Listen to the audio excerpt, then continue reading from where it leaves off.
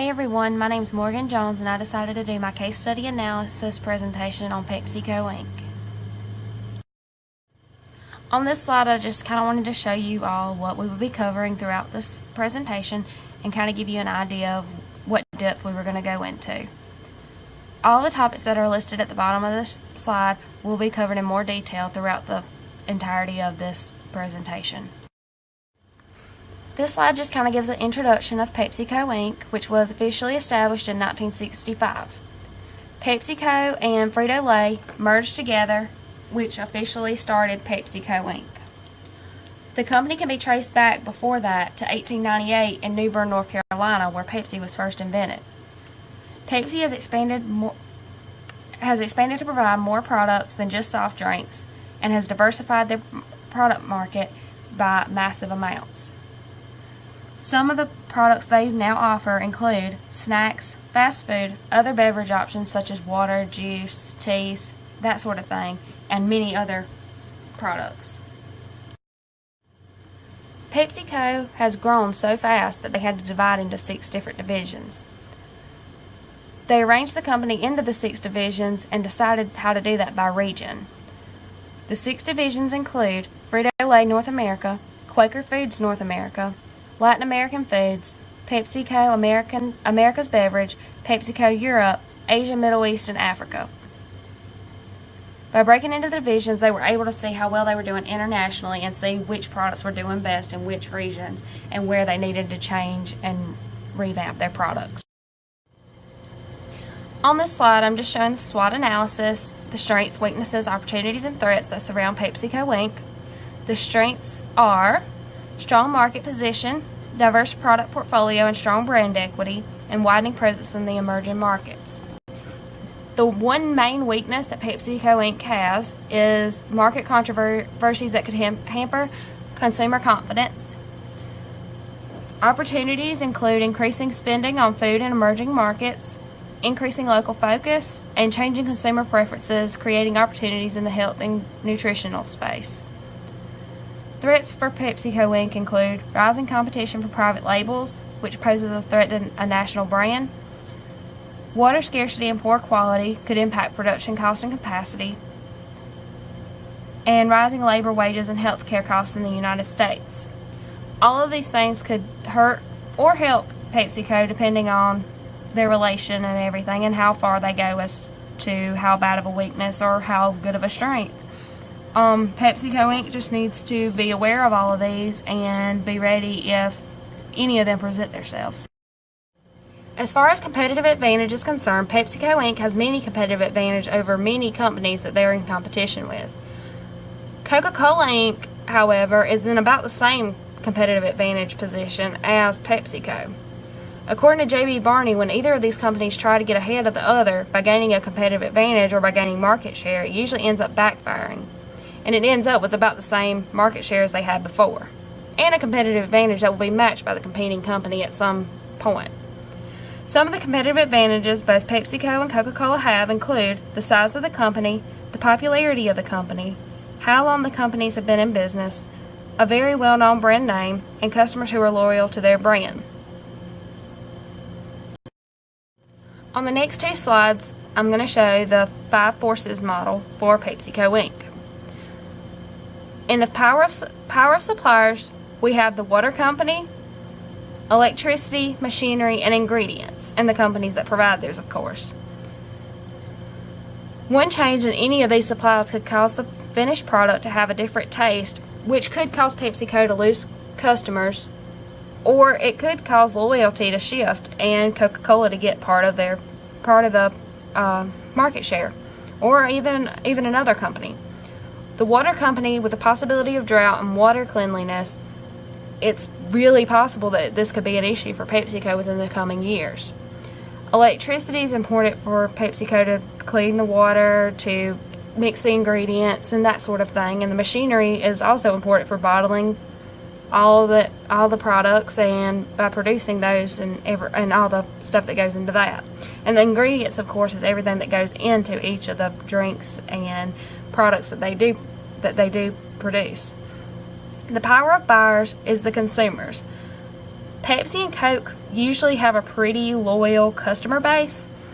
It's a huge advantage for PepsiCo and for Coke, of course. But without the loyal customers, these companies would have very little reason to exist, which is any company. Any company that has no customers has no reason to be in business and to begin with.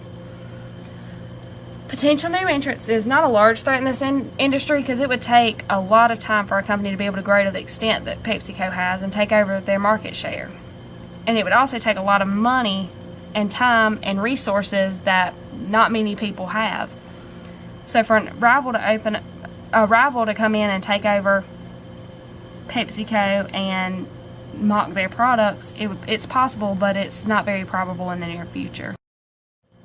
The threat of substitute products from other firms is already a very large, very real issue for PepsiCo Inc. Coca-Cola is the main competitor, and they make a very similar product to Pepsi and to the other brands and stuff that Pepsi does have. You know, you got Pepsi, who has Pepsi, Coke with Coke, which are very similar, Coke, who has Mellow Yellow, and Pepsi, who has Mountain Dew, which are also very similar, and so on. Dr. Pepper Snapple also is in competition with Pepsi and Coca-Cola, and so is the Koch Corporation. Even though these two are not as big as Coke and Pepsi, they're still a real threat, and they could very easily take a large portion of Pepsi's market share by providing products that are very similar to those of Pepsi. While Coca-Cola is a little different in taste and same or very similar in price, other companies such as the store brand versions of PepsiCo beverages are similar in taste, product, and cheaper in price for consumers. This has led many people, especially in economic hardships, to switch over to store brand products. Rivalry among competing sellers is a substantial problem for PepsiCo Inc. Coca-Cola being the main competing rival. Are the main one they're competing against, but they also have a few of the smaller names like Dr. Pepper Snapple, Koch Corporation, and store brand versions of those products. The rivalry between PepsiCo Inc. and their main competitor, according to J.B. Barney, is back and forth, and neither company ever really gets ahead in the long term. It usually ends up decreasing their market share in the long term if they try to get ahead of the other one, because they match each other. You know, if Pepsi does some kind of promotion, Coke's more than likely going to copy or one-up them on whatever they do. On these financial highlights slides, I'm just going to kind of highlight a couple of the really important things, or the important margins and financial information that I feel like really stand out by looking at just an overall from 2007 to 2016, example of what PepsiCo does. In general, PepsiCo is in a great place in the market, and in the industry they present right there at the top in just about every single one of those. So on this slide, one thing I really wanted to point out was the net income. You see in 2007 the net income was $5,658, and if you move up, we're just going to go on and go to 2015, I'm sorry, we go to 5,452, which is the lowest it was since 2007, 2008. You see that it's came back up in 2016, and it seems to be growing and moving and expanding like it should be for this year. As of right now, it's the same, but if you look at the revenues, you also see that it has increased over time, and you're going to have a year where you drop. As you can see, from 2015 to 2016, there's a drop from 63,056 to 62,799. You're going to have years you drop. You may have spent more out on something else. So it's not really saying that PepsiCo is doing worse. It's just saying something changed. But overall, the company is still in an overall healthy position. There's not really anything specific I wanted to point out on this slide. The main thing I did want to show was the return on equity.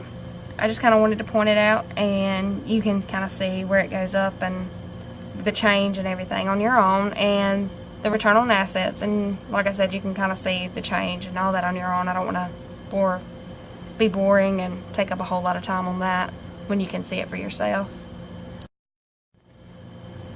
This is a balance sheet showing kind of anything and everything you need to know as far as financially and the financial health of PepsiCo Inc.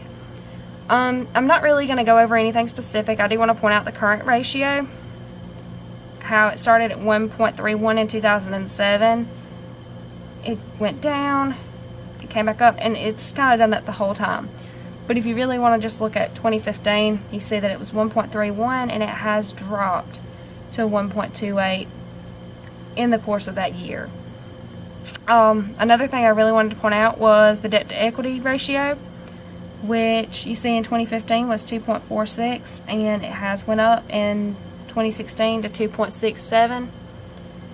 Other than that, I think y'all are all pretty well able to look at it yourself and see the changes and know what they mean, so I'm just going to leave it at that. The organizational strategy for PepsiCo Inc. is to diversify their products and their location in which the company is present. PepsiCo Inc. is split into 6 different divisions to allow the company to see where their products are selling best and which products are selling in those regions. This shows PepsiCo where they need to change, where they need to bring in new products, where products are not working. You know, in the United States, we have different tastes than people in China may have, or people in Germany or Russia. You know, and PepsiCo needs to kind of see what those tastes are and where the line is drawn. Overall, PepsiCo wants their company to be the best in any industry they choose to join into, and in any country they choose to expand to. PepsiCo is in multiple industries, including snack foods, fast food, beverages, you know, different types of drinks, you know, sports drinks, water, soft drinks, all that kind of stuff. So they try to be the best and be the one on top of those industries. The regions they choose to join, I've mentioned it before in the PowerPoint, they have moved to different regions, and they broke it into the 6 divisions, and you know, these 6 divisions help them to see, okay, Pepsi is doing good overall everywhere, but Mountain Dew is not doing so good here. You know, maybe we need to revamp it to make it more for this country or this region to make it sell better. Just a little more on the organizational strategy. The main strategy of PepsiCo is to expand and diversify their products. Just so that's clear, there was a lot of other stuff talked about on the previous page that, you know, there could have been like a little bit of confusion there. Not only is PepsiCo in the soft drink industry, they provide other beverages, and they also provide other products completely. You know, they go from breakfast foods to snacks they're all in food and beverage industries as a whole. Even though PepsiCo Inc. is in a great place as far as expanding and diversifying the company is concerned, there's always room for improvement. You can never be too good. The board of directors needs to continue expanding the product line Pepsi Inc. offers, and they need to consider expanding into new countries and regions to reach a broader market, which would lead to potential new customers. Coca-Cola has Pepsi beat as far as expansion goes. They are in more countries and more regions than Pepsi is, and that means they reach more people and have already got a lot of strong loyalty built with the people of those regions. It's going to be hard for Pepsi to compete with them once they're already in there and once they're already established. Pepsi, they need to start going into places where Coke has not got yet, and they need to start moving into the places that Coke has already been into, and they need to get their product out there so that more people can get Pepsi and they can kind of compete with Coke a little more on that spectrum. Considering that PepsiCo Inc. has already expanded into many food beverage-based industries, it would be safe to expand into these industries even more, into something that they're kind of familiar with. They could offer products such as frozen food, restaurants that are non-fast food, canned food options, or food for animals. Or the company could go a whole completely different route into something completely new to them. Maybe even travel into a new industry that they know nothing about. There are many industries that have very large profit margins that are growing industries that PepsiCo Inc. could decide to expand into. PepsiCo Inc. is already a well-known and trusted family brand name. The pharmaceutical industry has a huge profit markup and is continually changing, and the makeup industry is another example of a huge profit markup industry as well. What I mean by this is it doesn't cost a lot to make the makeup or the medicine that the pharmaceutical industries are producing, and they make really high amounts of money on that one item. So they're not paying a lot, but they're making a lot of money for it. With Pepsi already being a well-known, trusted name, this to me would make either of those seem a pretty good fit. As a consumer, you have to trust the pharmaceutical industry if you take medicine. You have to say, okay, they're doing what's best for me. And with Pepsi, people have already kind of got that relationship. They trust the products that they make. They trust the company itself. The makeup industry is another example. People don't want to just put anything on their face. They want something they can trust. They want something that's safe. They want something that's not going to cause cancer and, all that stuff. And, Pepsi could always buy a company that is already in existence, that's small and maybe not got the money to sustain itself. And they could take a company from a completely different industry and make really good money and make a huge profit from something like that. It was kind of hard to find something that related PepsiCo Inc. to the biblical integration. This actually been one of the more difficult ones. But I did do some research and I found that Christians actually, not all Christians, but some Christians attacked PepsiCo Inc. because of their support of the LGBT community. I found a couple of Bible verses. One of those was, "But at the beginning of creation, God made them male and female. For this reason, a man will leave his father and mother and be united to his wife, and the two will become one flesh. So they are no longer two, but one flesh. Therefore, what God had joined together, let no one separate." And I also found, "But since sexual immortality is occurring, each man should have sexual relations with his own wife, and each woman with her own husband." Many Christians took this to believe that the LGBT community was wrong and it was against God and their religion. I don't have a say on this, really, to be honest. I feel like it's their business, it's nothing to me. And I feel like God is the judge of all of this. Who am I to judge? But a lot of people did, and there was a pretty good uproar with the Christian community when all of this broke. Just continuing my thoughts from the last slide. Some Christians believe that way, and others believed that the job of Christians is to love and not judge. These Christians may use the following Bible verse to back up their reasoning. "There is only one lawgiver and judge, the one who is able to save and destroy. But you, who are you to judge? Your neighbor." These Christians believe that the only person that should judge a person's actions is their Creator, their God. This is my belief personally. I believe that God judges. It's not my job to. I've always told anybody that I don't exactly agree with that it's not my job to judge you. It's my job to love you. I feel like Pepsi has kind of picked this up a little bit and has said, hey, we're not going to judge you here. We're not going to bully you here. You're human and we love you. As I said on the previous slide, Pepsi believed that everyone should be treated equally, everyone should be accepted, and that you should love everyone rather than judge them.